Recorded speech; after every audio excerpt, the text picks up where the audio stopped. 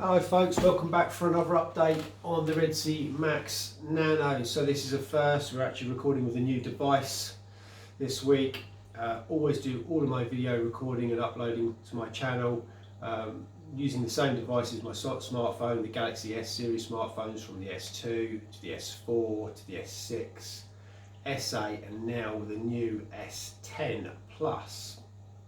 So this will be interesting to see how well it comes out. I'm just recording in a straight 1080p 60 frames a second, otherwise it takes forever and a day to upload to YouTube. So we're just an experiment really, just to see how well this comes out. Hopefully it does. So yeah, it'd be good because this is an amazing camera on this new S10, and it's got the capability of recording in 4K at 60 frames a second. So we're going to be playing about with the different modes and functions over the next few weeks, so that would be really good. So onto the tank. The tank's doing really well. If you've been following the videos, you'll see in the last upload I did last week, we was going through a massive bacterial bloom. Really annoying, really hazy water, but I think we're on the right side of that now. We've come through it. The water's starting to clear. It's not quite gin clear yet, which is how I like to have my water, absolutely pristine gin clear. But yeah, it's near enough there. So how do we rectify it? How did we get through it? We didn't do anything really. We just let nature take its course. I think what it is the water was it's a little bit too clean. You know, I was vigorously switch. I've got a 100 micron filter sock on this system, and I was changing it out twice a day. And I don't think there was quite enough nutrients kicking around for my bacteria to sort of like populate nicely. I think it was just backing off a bit because it had nothing to work with. So the scavenger bacteria comes along in the water column and starts taking over. You know, hey ho, these things happen. It's a new tank. There's different annoying stages you can go through. We've all been there numerous times with different tanks with bacterial blooms, but yeah, hopefully we are the right side of it now, and it shouldn't come back.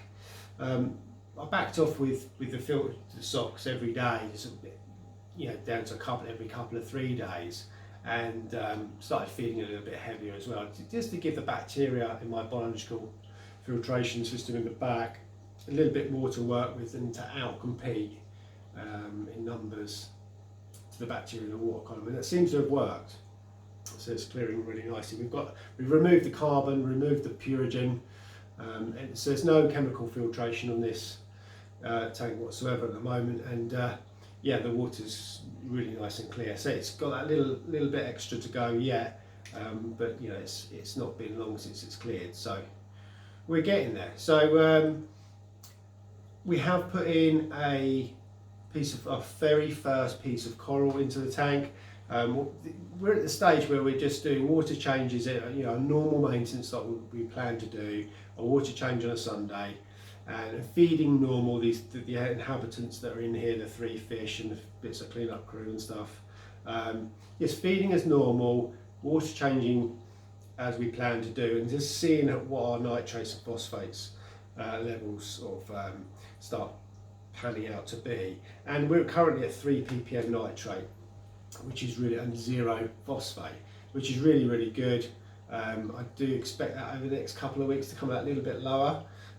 So we want to run it between 1 and 2 ppm nitrate and very low phosphate levels for us to start putting SPS corals in. So we're nearly there. Within the next week or two, I think we'll be ready. We're not running any no-pox now. We've been off no-pox for some time now, since just before the bacterial bloom. So yeah, and the system's coping really well, and it's sort of all balancing it all out really nicely, which is what this game is all about. It's stability and balance. If you can get it nice and stable, and all balanced out, all the parameters good, and keeping them nice and steady, then you're on a winner. Everything will thrive. So yeah, we've put this little frag of pulse coral in, and that's doing really well. It's only been in a day or so, and yeah, so we're up and running with coral. I'm going to get the camera off the tripod and give you a little show around. Give me 2 secs.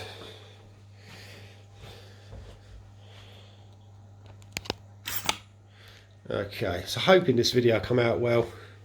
No doubt we'll have issues with focusing or whatever, but I can always rectify all that. But yeah, everything doing really well inside the tank. So the fish are really happy. Everything inside this tank is doing really well. It's all harmonious. The 2 clowns are in their pairing process still. They're all together most of the time. They don't bicker or anything. Annoyingly, my crab has just crawled over my pulse coral, so it's all closed in now. But that's a nice piece of pulse coral we've put in. We're going to keep it on a dedicated island here, so away from the main scape, so it doesn't crawl over everything.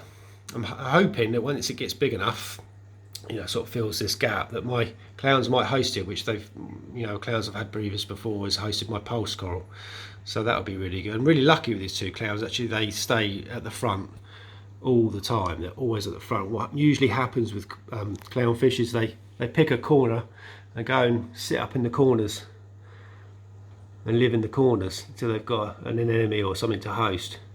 But these 2 are great. They're always at the front. This is their lair, this corner, yeah, or this corner, or sort of anywhere in the middle sort of thing, but they're never at the back.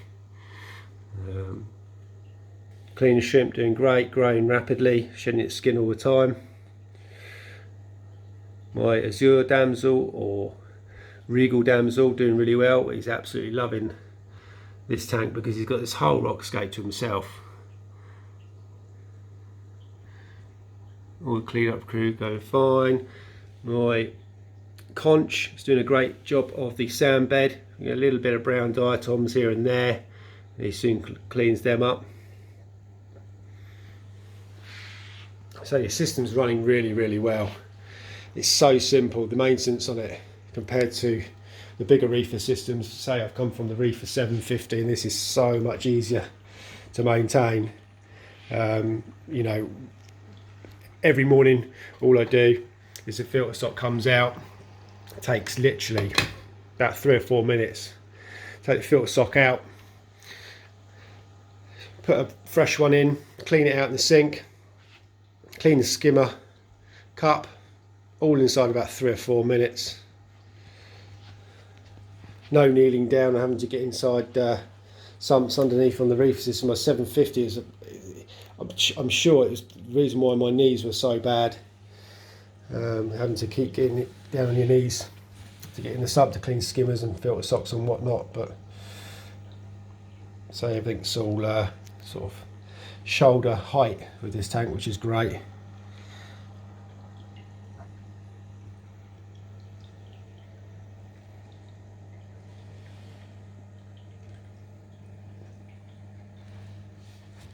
So what we're going to do now is just say the next week or so go, check our calcium alkalinity, magnesium, make sure they're at a good level, and so as long as the nitrates stay down and go to sort of that 1-2 ppm marker, that'll be we'll be ready for SPS coral.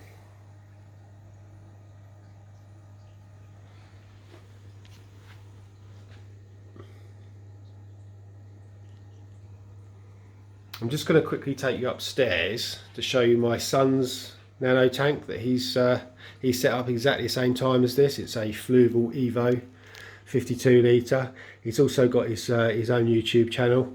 He does video updates on that every week. So it might be of some interest to you to check his channel out as well. It's Corey Willard. I'll just pause the video and I'll take you upstairs. Hopefully the lights are on. I think they are, yeah, I think they come on at 1. I'll quickly show you that. I won't go into too much detail with it because he does his own videos, but just want to show you that because it's starting to look good as well. So bear me 2 secs. So ignore the messy room, typical teenager. But this is his Fluval Evo Nano setup. A little bit of pulse coral, some GSP. 2 clowns and a damsel. Lovely little tank this, Peninsula style.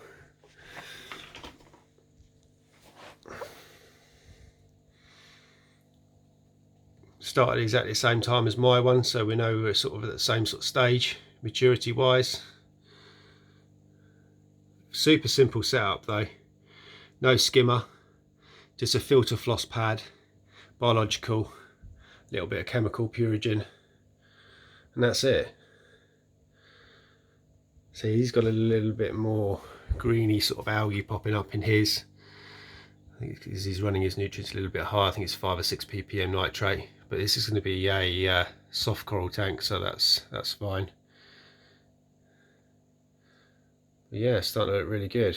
So I'm not going to go into too much detail because I don't want to spoil his updates on his channel. But hey, check his channel out, it's Corey Willard. There's loads of good beginner tips on nano tanks. So this is his very first one. Obviously he's lucky, he gets a lot of info from me and picks my brains every day, but yeah, all good.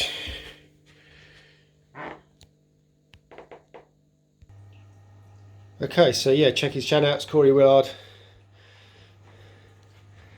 Subscribe, hit the likes, he's going to need it. It's in his early stage of his channel. I think he's got just over 200 subscribers, so he needs all the help he can get.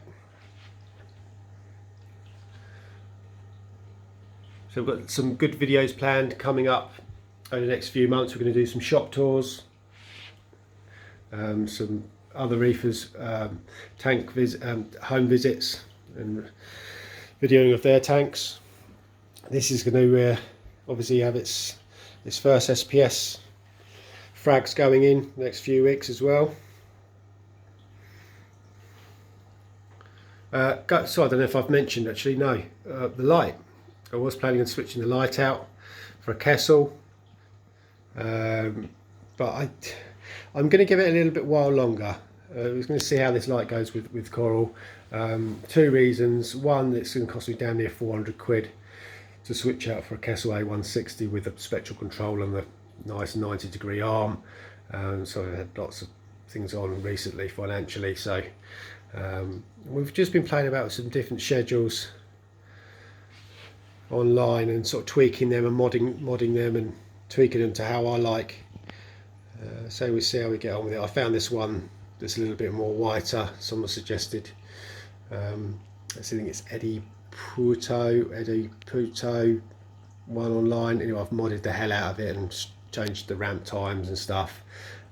So we got it quite nice actually. So we'll see how we go with this light just for the first few weeks with coral going in and see how they react to it. We'll see. I probably will end up changing it for a Kessel, but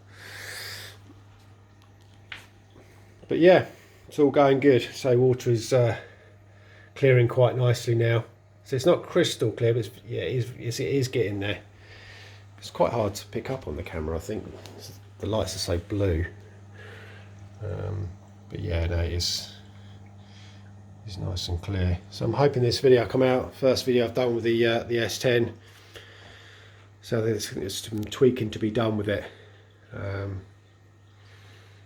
But we'll see. So any comments you've got, chuck them in the box below as always. If you're new to the channel, hit the subscribe, chuck the like if you like the video. I do try and reply to everybody's comments.